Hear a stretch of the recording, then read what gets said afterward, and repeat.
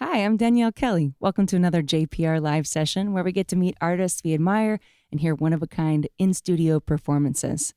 This JPR Live Session is supported by Dancin Vineyards, located in Medford, now offering brunch every Sunday, and also new, the Residence at Dancin, a fully private event space with valley views situated just above the tasting room.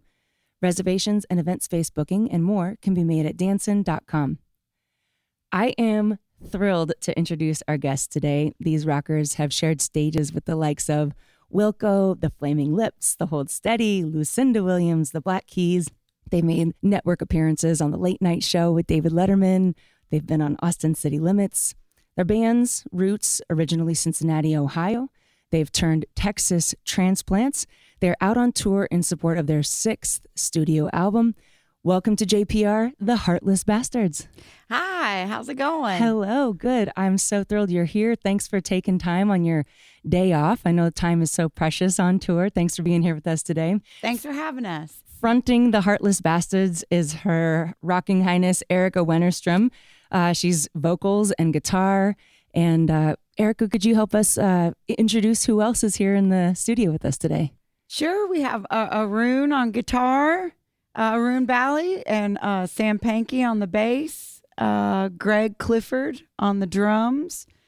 We have Doug McDermott on keys, and Beth Harris on harmonies. We got a full house tonight. Full house. Welcome, everybody. Heartless Bastards, you guys have played shows throughout our region on the West Coast and some in our neck of the woods in our listening area recently over at Half Shell. You guys are doing rounds in Seattle. You're heading down soon to California and heading east from there. I understand Matthew Logan Vasquez is support on this tour. We're also big fans of Matthew here at the station. It's a great run of shows. It sounds like how is tour going so far? Oh, it's going great. Yeah. Any notable stories so far? Not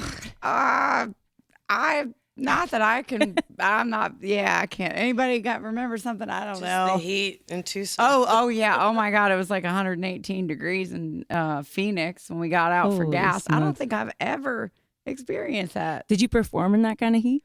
No, we were supposed to have a show outdoors the evening before, but they moved it inside, and yeah, they gave us the option, and I was like, not about to play outside with an option. Oh my goodness. Yeah. Well, it is very awesome to have you here in studio. You guys ready to kick things off with a song? Sure thing. Yeah. This song's called "How Low."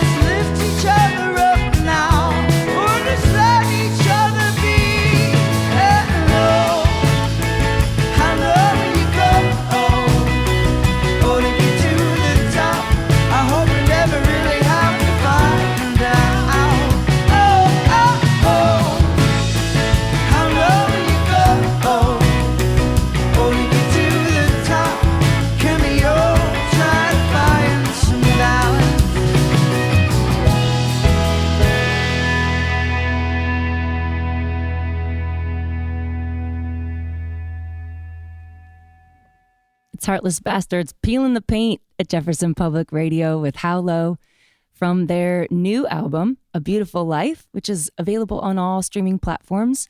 And I have to say, I'm a huge fan of the artwork on the cover. It's beautiful, bright rainbow.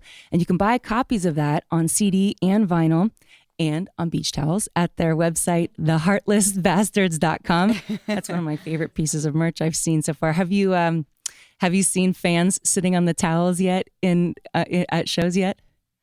Well, we don't do very many shows that would be like on a lawn kind of setting, Okay. you know. I'm asking you from Southern Oregon, I guess, where everything feels like it's on a lawn. Oh yeah. Context. So many of our shows are sort of in an indoor venue, so that'd be almost funny I if people see. were sitting on beach towels there. Very cool. The origin story of Heartless Bastards was super impressive to me. I read that you, Erika, wrote all the songs for this demo, and you played all of the instruments and the parts first, and then manifested the band around that. Is that right? Yeah, I mean, I wrote a lot of the parts. I didn't on the demo itself, I didn't play drums. Okay. I definitely I can barely walk and chew gum at the same time, so I don't have that kind of coordination. But yeah, I did a lot of the parts on the demo. Yeah. Very cool. And then as the story goes, that demo got in the hands of Patrick Kearney of the Black Keys. And is that who connected you to your first label, the Fat Possum Records? Yeah. We had done a show with the Black Keys and like maybe a month before, and then we happened to have a show in Akron at this bar called the Lime Spider, and the owner actually he was like, you know, we didn't really do any pre-sale tickets. I can just pay you and you can be on your way if you want, you know. But I mean, I was starting out and I liked I love having a tight band, and I was like, this is good practice for us and let's just play anyway. And so we played, and Patrick walked in halfway through the set. Yeah. And I recognized him from like a month before. I don't know whether he came to see us or whether he just happened to be there coincidentally, but I gave him the demo then, and then he recommended us. So Meant to be either way. Yeah. Cool. Yeah. Would you be willing to tell us this while we're talking origins? Would you tell us the story of how you landed on the name for the band? Oh, sure. Yeah. I used to bartend, and when I would get off work, there were these like bar top things where, you know, you could do like photo hunt or trivia or, you know, poker, just different kinds of like games. And I would usually, it was kind of my way of unwinding when I got off work. And one of the trivia questions was, what's Tom Petty's backing band? And Tom Petty and the Heartless Bastards was the wrong answer. And I just thought it was hilarious. And I thought it sounded tough. Like, I also love Joan Jett and the Blackhearts, you know. She's super inspiring to me as a young girl growing up. And so it kind of felt like a bit reminiscent of the Blackhearts also. So Makes for a great opening line when you come out to the audience. I've heard you at the Brit Festival. Hi, we are Heartless Bastards. It is very tough and very cool. I was noticing that signing with Fat Possum was in around 2004. That means is the band having a 20-year anniversary this year? Oh my gosh. Yeah. I mean, we don't have to talk about that. I did that demo really in 2003, and then I put together a live band. Actually, I did that demo in 2002, put together the band in 3, and then signed a Fat Possum within that year. So, but the first official record was released in 2005. Yeah. Well, I'm nearing it. Yeah, for sure. A Beautiful Life is the 6th studio album from Heartless Bastards, and it's the first one we've seen since 2015. We got your solo record, Erika, The Sweet Unknown, in 2018, which we loved. Did I understand that this, A Beautiful Life, you were sort of teetering between releasing that as a solo album and a band album? Was there a period of thinking of maybe just going on as a solo artist? Well, you know, I mean, I just I had I've had, this is the third iteration of the band. But I had the last lineup for almost 10 years. And when we took a break, I did the album under my name. But everybody just kind of was doing different things and kind of drifted off into different things. And so I feel like it's always kind of been my little baby. Yeah. So I just, I feel like ultimately when you release music out in the world, you want to reach as many people as you can with it. And I just felt like it would, be good to continue with the band name. Yeah. Well, I was noticing the significant band turnover, and I sort of was looking into that, and I stumbled upon a really moving story with a breakup and exercising the rights of your own material and a relocation and total band transformation. And it sounded painful and empowering. And I just wondered if you could tell us that story a little bit. I'm not sure if you're referring to when I first moved to Austin, but earlier in the lineup, I played with my ex-boyfriend for a while, and we split up. So I moved to Austin, and that's when sort of I went through the first sort of change with the band. I felt like I had a support system in Austin. I have an aunt and a cousin, and my management was there at the time. And I think going through a breakup, I think if you have a lot of the same friends and you go to the same places, it was just like I felt like it was going to be tougher staying in the same place. And really, maybe I just felt like I also needed a different environment or something. When I first moved there, I think there was kind of an assumption that I did it for music or my career, but it was really sort of going through the breakup and just wanting to start kind of over or somewhere new. And I had a support system there. But I thought I read something about you had the rights to your music, and it was like a big deal, and you maybe shifted a label, and something about the importance of owning your music. And I mean, I have always owned my music and my own publishing, but I don't know. I feel like it's really a mix there. I mean, I think sometimes a publishing company could offer an artist like a large amount or something, and then they own the rights to their music. And I don't know, there could be, I don't know, there are pluses and minuses to both. And I think, with any aspiring artist, I just typically tell people to try to trust their gut and what's right for them. Yeah. That's great. Thank you. We'd love to hear another song. What would you like to play next? Yeah, sure thing. This song is called A Beautiful Life.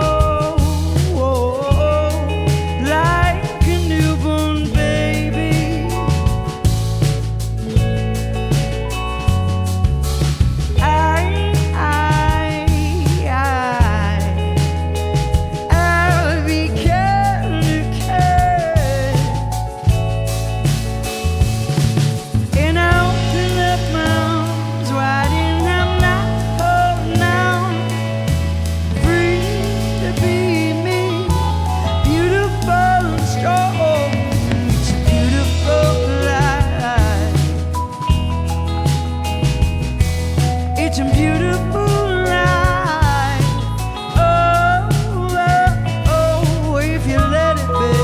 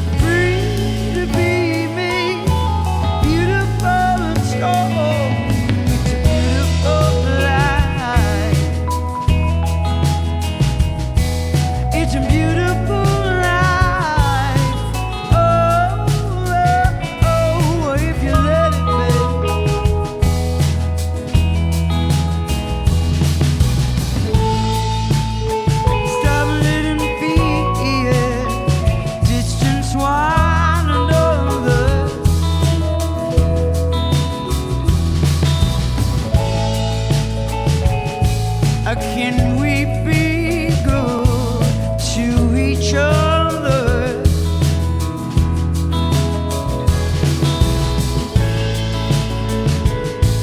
Can you hear me crying through these growing pains?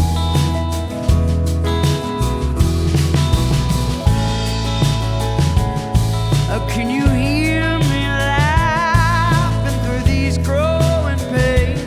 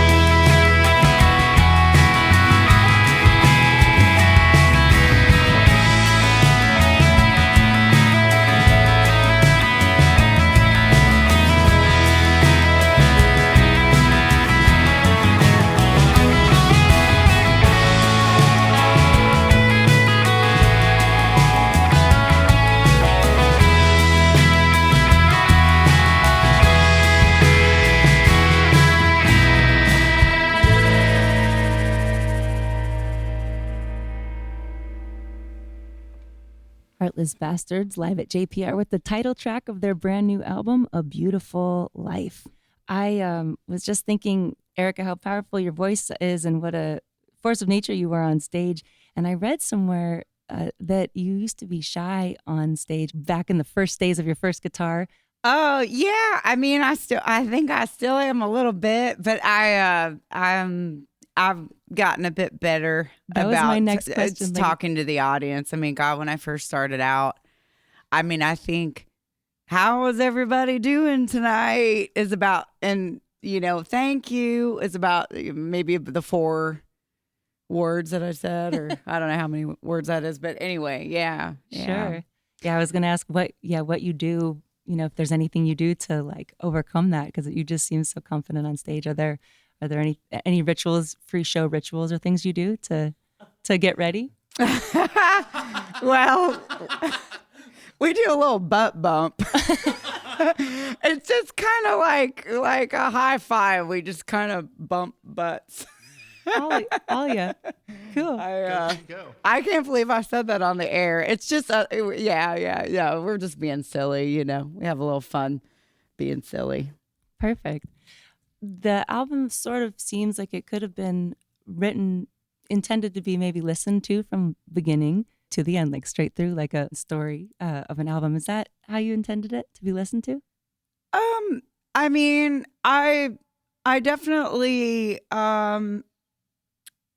was very intentional about sort of the arrangement, but more just how the different songs flow. I really like to arrange albums and in the order of the songs, but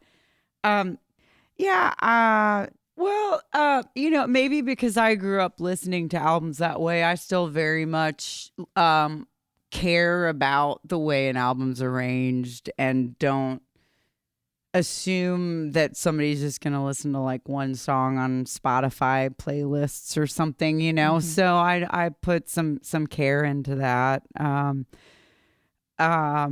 But I think about it even with set lists, like sort of varying the different tempos and, I think arranging an album a certain way can kind of hold a listener more. At least it does for me, if everything's kind of the same tempo together, or I don't, just sort of ebbing and flowing with tempos and vibes, it can keep somebody engaged. Yeah.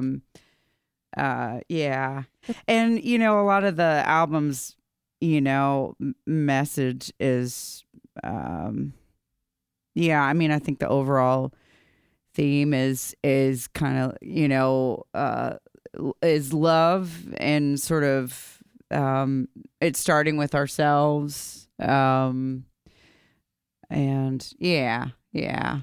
that care is apparent when you're performing live. I've seen that in shows, and I felt that in listening to the album. And I also got to snoop on some of the videos that went along with the songs. And it made me wonder if you've ever considered, well, my next question is what's coming up next after tour is what's on the next horizon, but have you ever considered a visual album with any of your music? A visual album? Yeah. You mean like a video for every song or something? Yeah, or some video component to follow the through line that you're writing in these albums. We did a few videos for the album. I did talk to somebody years ago when I did Arrow about trying to sort of do almost like a film or something that would go along with each song. But, gosh, that stuff is just so expensive. And without like an MTV as a real outlet, it's hard to really guarantee you'll have people see it in that way, for the expense of it. I would love to do that.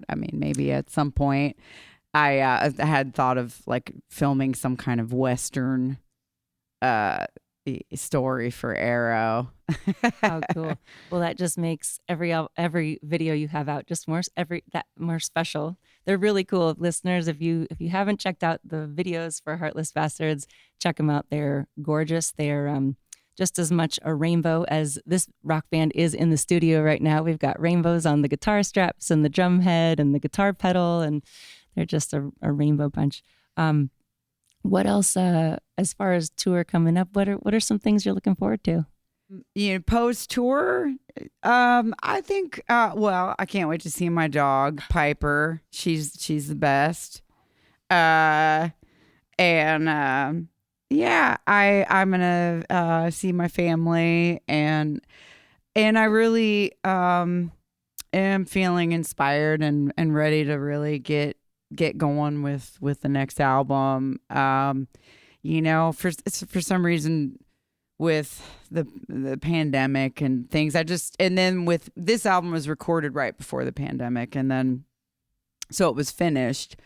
But I was just kind of very uninspired creatively, or I just like felt like I was like writing like depressing songs. I was like, I don't want to release a song, an album about the pandemic, post-pandemic. People want to move on from that, you know. And it is funny though. There's a song finished for the next album, which I started during the pandemic, and it was kind of sounded depressing, but I had this like dream recently of it being a different tempo, and now it went from like this like sad slow song to like a pretty solid rocker. So yeah. Well, as you said, you got to listen to your guts. Yeah. Well, yeah. We have time for another tune. What would you like to wrap up with? This is a song called Revolution. Yeah. And it's just, it's all about perspective, you know? Yeah. Here goes.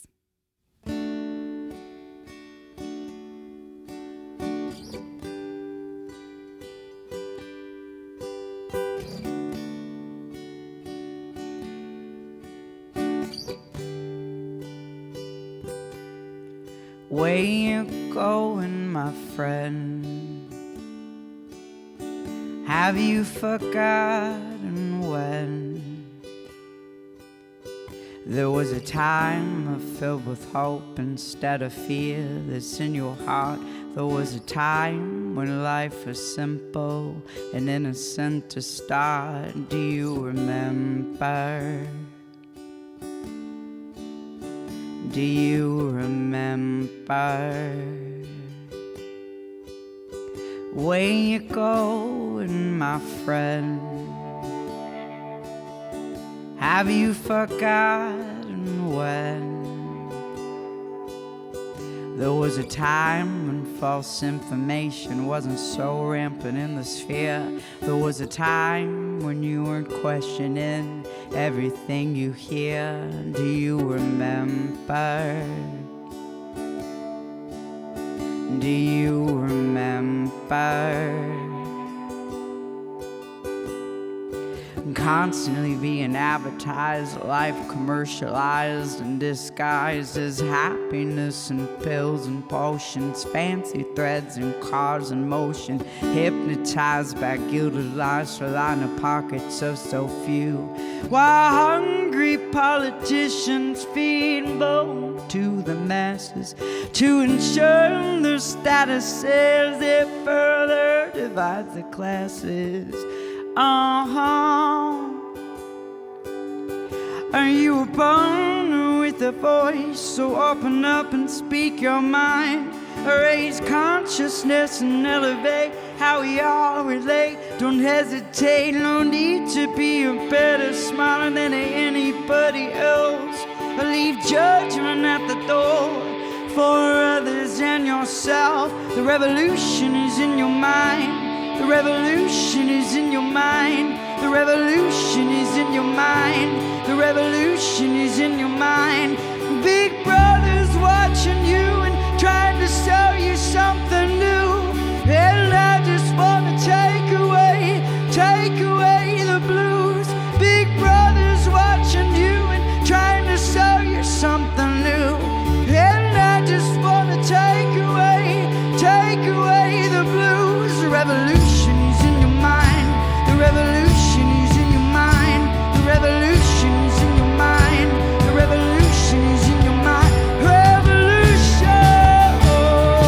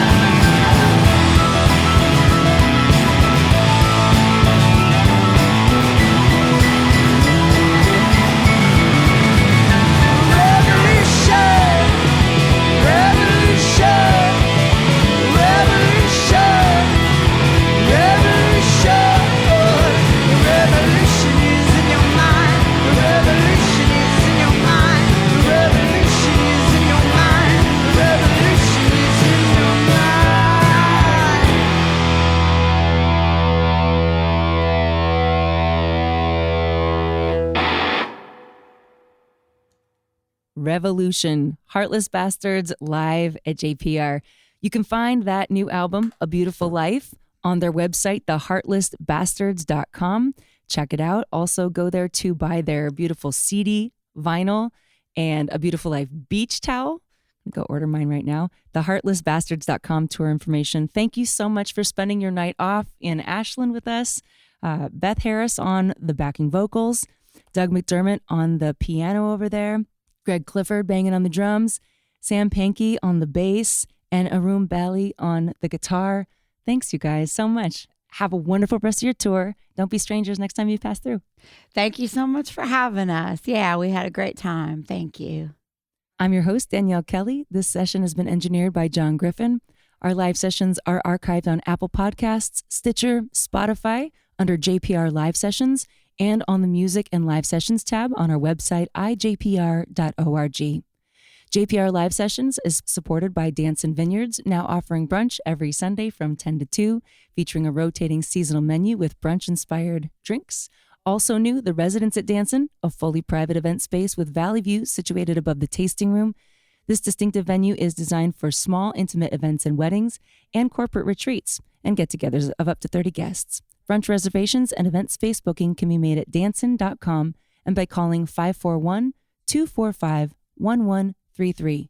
Open air will continue right after this.